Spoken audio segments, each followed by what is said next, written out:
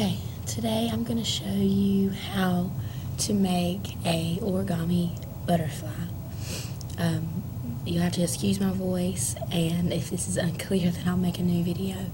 But you're going to start this the way you start most all origami. You're going to fold your paper in half, touching the two corners. You have to be pretty precise about this and line up your edges. That'll make a triangle. If you have paper that has white and a color, then you want to make sure that when you fold this, the color is what is showing. Okay? Now you're going to flip it and do the exact same thing, but going the other way.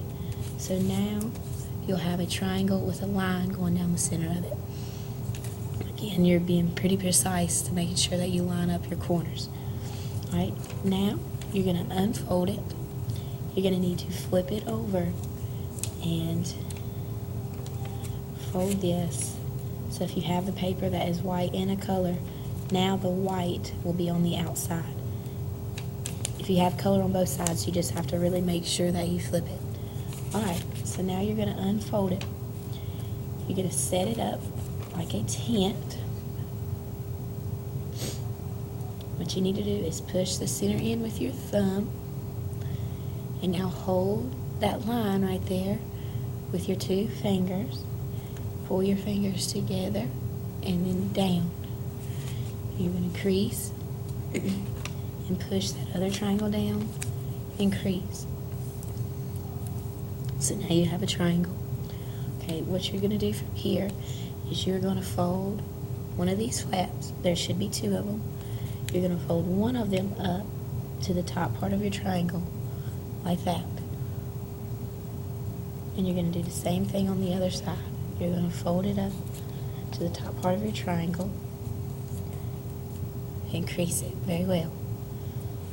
Now, you're going to flip your triangle over to where you just have a plain triangle on the outside. You shouldn't see any other folds. You're going to take the top part of your triangle and bend it back. Not these little flaps, leave those down. Bend it back past. So it's going to feel kind of weird because it's not going to want to fold right. But this triangle needs to go past that straight line right there.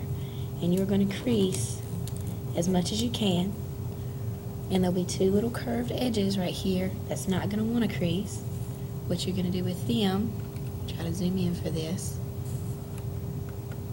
What you're going to do with them is fold them over and crease that down. Now that step confuses a lot of people, but really all you're doing is just pushing it down where it didn't want to fold. Okay, so now you're going to fold his head, basically. It's going to be the butterfly's head over, like that. And flip it over. We should see these two wings.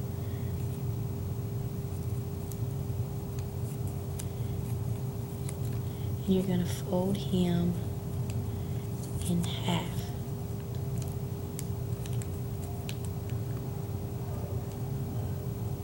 When you fold them in half, you should see those little flaps. So if you don't, it means you just folded it the wrong way.